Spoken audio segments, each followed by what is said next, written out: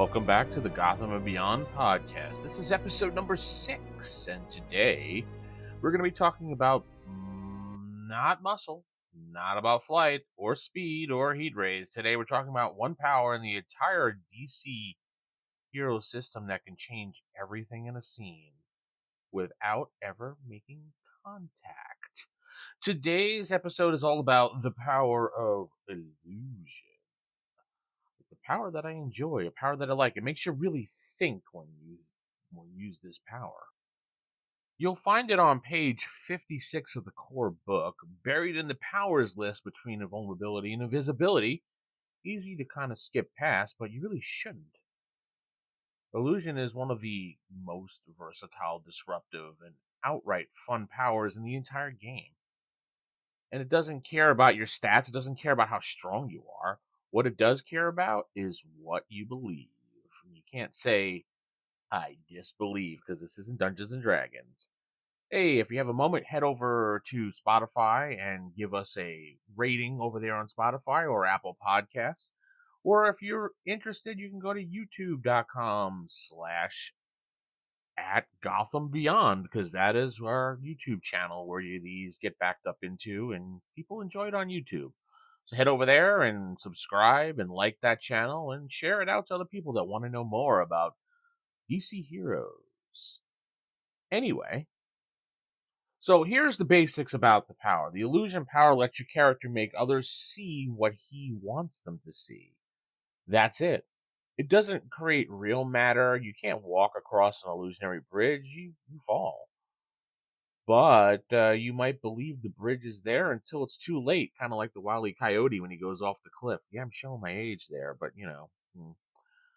It can't hold back a tank, but it can make a tank look like a garbage truck, and maybe the villains walk right past it. Who knows? You can disguise things, hide entrances, mask damage, even create whole landscapes. You can't really change reality with it, but you can change what people do by changing what they think they're seeing. So in a sense, you really can change reality. Well, at least a illusionary reality when it comes to that. So take a look at the power and tell me what you think about that in the comments right now. Mechanically, the APs of your illusion power determines two things. First, the duration, how long your illusion lasts. The second, the volume, how big the illusion can be, how grand it could be when it comes to making the illusion. You got 10 APs, that gives you almost a city block-sized illusion that lasts 10 APs of time. That's about, roughly 2.5 minutes or so. Longer than it sounds when you're running from rooftop to rooftop, because that's a last second decision you're doing. So you're running from rooftop to rooftop. Oof, boy, imagine that.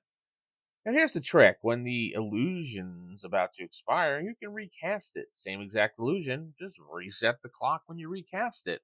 No one will ever be the wiser when it comes to that. So long as you don't try to change anything, your character can maintain the lie for as long as they have the ability to do so. And trust me, sometimes keeping a lie going is more useful than creating a new one.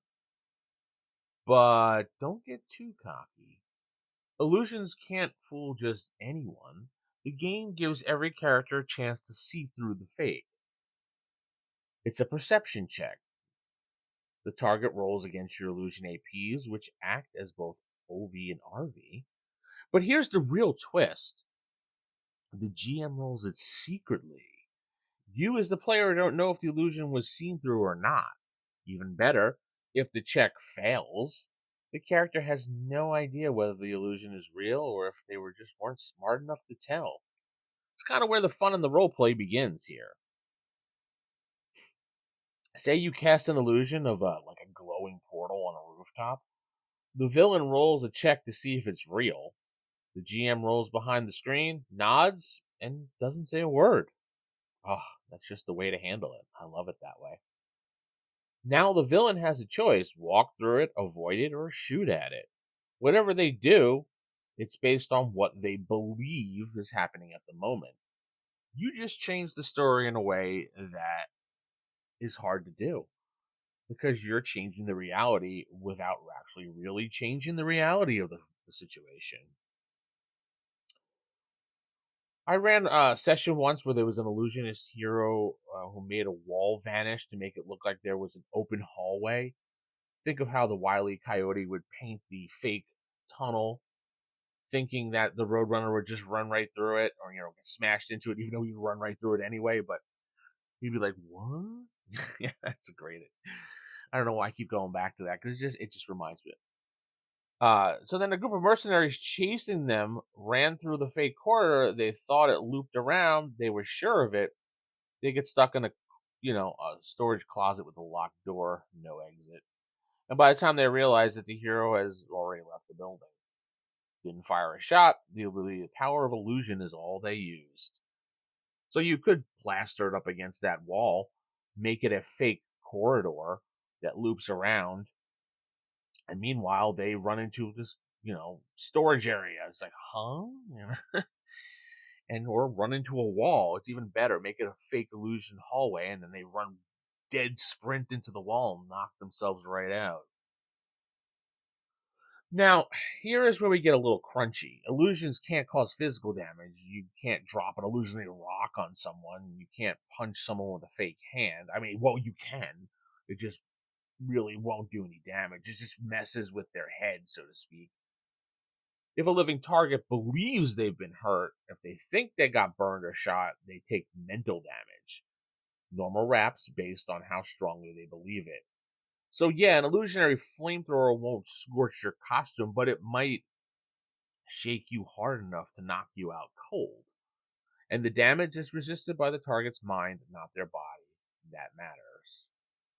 So if I shoot like I said, a flamethrower at your character, and you already believe that this flamethrower exists, your character is going to freak out and look down at himself and think he's being burned by a flamethrower. Meanwhile, anybody else in the area is going to be like, why is this guy holding his fingers up like finger guns and the other guy running around screaming as if he's on fire? Well, someone believed the illusion, the other didn't, right? Now, what if you wanted your illusion to fight? Page 56 tells us that if you create an illusion of a living being or an attack effect, a monster, a flame turret, a bomb, whatever, it gets stats equal to your illusion APs. So if you got 10 APs of illusion, that illusion dragon now fights like it has a 10 dexterity, 10 strength, 10 body, 10 APs of flight, and 10 APs of flame project. It's not real. Dragons aren't real. Well, dragons aren't. Well, you know what I mean. But if your enemies believe it is, they'll respond as if it's real, and that makes it dangerous. That makes it a foe. It's going to be a lot of fun. Though it could be weird in your group if a villain casts dragon illusion and half the group is like, oh my god, that's a dragon, and they start fighting the dragon, and half the group is like, what are you talking about? There's nothing there. Or, dude, that's just an illusion. But don't forget, none of this works if your target sees through it. Like I'm saying, half the group does and half the group doesn't. That's why an illusion is kind of a gamble. You're not rolling to hit, you're rolling to convince, is how it works.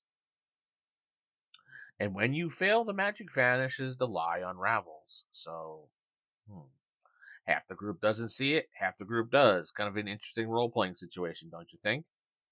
So that's really the thrill of it. You're not playing a blaster or a brawler, you're playing a manipulator, a tactician, a storyteller inside the story manipulating the world. There's a character in the source book named Projectra, Sensor Girl. She has this power. In the comics, she doesn't just fool people, she fools the Legion of Superheroes. Entire teams of trained professionals, distracted by phantoms, mirages, she made gods flinch. And you could too, with the simple illusion trick. If you're a GM and someone at your table has this power, here's the best thing you can do. Let them be clever, let them explore, let them try things. Don't treat the illusion as a novelty. Let it shape the scene. Let this stall the villain, let it control the battlefield, but also roll perception checks secretly and never tell them what the other side saw. You don't need to. And that's the reason why GMs roll behind screens. You'll have a full table of people guessing, and that's going to be role playing gold and moments that you'll love to talk about afterwards. Especially if they believe that the villain did get fooled by the illusion, and you roll with it and act all goofy because the villain's like, "Oh my god, it's I don't know, a giant walking shit demon or something like that." Dogma. Um, Illusion is one of the few powers that doesn't simulate an effect. It inserts doubt. It forces everyone to ask, is this real? That changes how they move, how they act, and how they think. And that, in a game built on choices, is actually kind of terrifying if you think about it. So, if you're building a character and you want them to be more than just brawn or blast radius, think about the power of illusion. Because sometimes the most dangerous thing in the room isn't even there. So, next time on the Gotham Beyond podcast, we will address something different. I haven't really decided what we're going to do. I kind of want to flip around and just talk about random things that really interest me. Of course, you can always just leave a comment on Spotify or on my YouTube channel there. Let me know if you have any suggestions about what you'd like me to just kind of talk about when this podcast comes out. And I will gladly oblige to whatever you want. You can also email us at gothamdatabase@gmail.com or head over to gotham-database.com for our website. And there's a little contact form right there too if you want to just use that as opposed to actually sending an email from your account. It's probably easier sometimes for some people. And don't forget to rate us on Apple Podcasts or Spotify and head over to YouTube and hit that like button. With that said, I'm going to head out. So keep it original, keep it old school, and good night, everybody.